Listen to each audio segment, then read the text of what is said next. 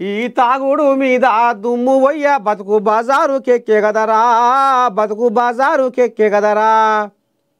బజార్కి ఎక్కినా ఏం లేదు, లజ్జపోయినా ఏం లేదు, సిగ్గిపోయినా ఏం లేదు, కడుపుల కాలేయం ఖరాబైనా ఏం లేదు, కడుపుల పేగులకు తూట్లు పడ్డా ఏం లేదు, ఇంకేమైనా ఏం లేదు, ఇంకేమైనా ఏం లేదు. ఆకలి కోసల మూత్రపిండాలలో రాళ్ళు ఇంతలావు శీషం కొట్టి లెక్క అయినా ఏం లేదు. ఏది ఏవైనా పురస్తే మేము తాగాలి, ఊగాలి, తందనాలు ఆడాలి, ఎంజాయ్ చేయాలి. ఇదే కోరుకుంటుంది ఇప్పుడు కొంతమంది నేటి తరం. అందరు కాదు, బుద్ధిమంతులు ఉన్నారు. ఇక పొద్దున్నాక షెడ్డో పాటో పని చేసి చెమట ఒడిపించి పాన వలిస్తే పొద్దుకంగా సుక్క. ఇక వాళ్ళకి ఇంత కోడిగుడ్డు ఆమ్లెటు షెడ్డో పాటో కౌసో నీసో లేకపోతే పెన్నంతో పంచాలి. తెలంగాణ అంటే అంటారుగా ఇప్పటికి కూడా. అయితే ఇక ఇంట్లో కొంతమంది దరఖాస్తులు పెట్టుకురు. దరఖాస్తులు పెట్టుకుని ఒక ఆయన 10 పెట్టిండు దరఖాస్తులు, అవి మొత్తమే రాలే. ఒక ఆయన 3-4 పెట్టిండు, అందులో ఒకటి వచ్చింది. ఒక ఆయన ఒకటే పెట్టిండు, వచ్చింది. ఒక ఆయన 20 పెట్టిండు, లేదు. మళ్ళీ ఒక్కొక్క దరఖాస్తుకు 3 లక్షలట.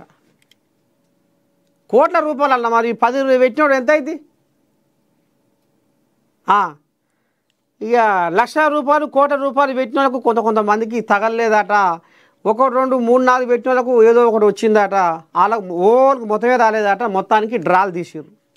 లక్కీ డ్రాలో అదృష్టం కొద్దీ ఇక ఎవరి బట్టకు వాళ్ళు ఇక ఇప్పుడు సంకలు గుద్దుకుంటారు వచ్చిన వాళ్ళు. రానోళ్ళు ఏమో ఏడుపు ముఖం పెట్టిర్రు.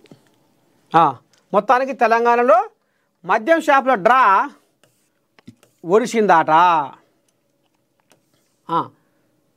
ఆ మంత్రిని వెంటనే కేబినెట్ నుంచి తొలగించండి. సీఎం రేవంత్కు బండి సంజయ్ విజ్ఞప్తి. తెలంగాణ క్యాబినెట్లోని కొందరు మంత్రులు మహిళా అధికారులను ఇంటికి పిలిపించుకొని ఇబ్బంది పెడుతున్నారని కేంద్ర హోంశాఖ సహాయ మంత్రి బండి సంజయ్ సంచలన వ్యాఖ్యలు చేశారు. తక్షణమే ఈ అంశంపై ముఖ్యమంత్రి రేవంత్ రెడ్డి విచారణ జరిపి నివేదిక తెప్పించుకోవాలని కోరారు. మరి ఎవరో చెప్పరాదే సంజయ్ అన్న, సల్లకొచ్చి ముందు దాస్తున్నావే చూద్దాం. మరి చెప్పిండా ఏంది 2లా చూద్దాం. చెప్తే ఇప్పుడు ఈ కోయిలాగా గట్టిది అన్నట్టే. ఇగో అలాంటి మంత్రులను కేబినెట్ నుండి బర్తరఫ్ చేయాలని డిమాండ్ చేశారు. కాంగ్రెస్ పాలనలో ప్రజలకు రక్షణ లేకుండా పోయిందన్నారు. ఎంఐఎంకు చెందిన రౌడీ షీటర్లు పోలీసులను చంపినా హత్యాయత్నం చేసే స్థాయికి పేటరైపోతున్నారని కాంగ్రెస్ ప్రభుత్వం చేష్టలుడికి చూస్తుందన్నారు. ఇంతకు ఆ మంత్రి సంగతి ఏందో చెప్పరాదే. ఏ మంత్రి పిలిపించుకుండో ఆ మహిళా అధికారులను పిలిపించుకొని ఇబ్బంది పెడుతున్నా అనేది పేరు చెప్పరాదే. ఈ సల్లకొచ్చి ముంతదాశ ఎవరు ఎందుకే సంజయ్ అన్న? ఏదైనా ఉంటే నిట్ట నిలుగుండా కుండ బదలు కొట్టు. ఏది రాయలే, మంత్రి పేరే రాలే ఎక్కడ.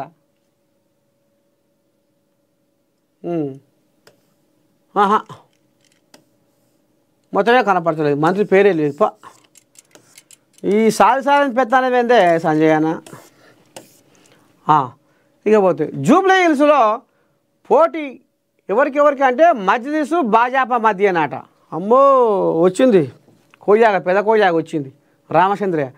రాబోయే రోజుల్లో బీజేపీ విజయానికి జూబ్లీ హిల్స్ ఉప ఎన్నిక నాంది కావాలని ఆ పార్టీ రాష్ట్ర అధ్యక్షుడు రామచంద్రరావు అన్నారు. బీజేపీ రాష్ట్ర కార్యాలయంలో ఉప ఎన్నికపై సమావేశం నిర్వహించారు.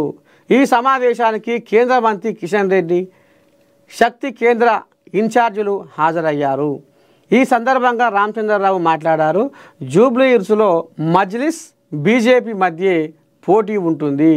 ప్రజలు బీజేపీకి ఓటేయకుంటే మజ్లిస్ సీట్లు 8 అవుతాయి. ఆ పార్టీని ఆపాలంటే బీజేపీని గెలిపించాలి. జూబ్లీ హిల్స్కు కాంగ్రెస్ భారత రాష్ట్ర సమితి చేసిందేమీ లేదు. బీజేపీని గెలిపించాలనే ఆలోచనలో ప్రజలు ఉన్నారని ఇక ఆయన సంకల్పం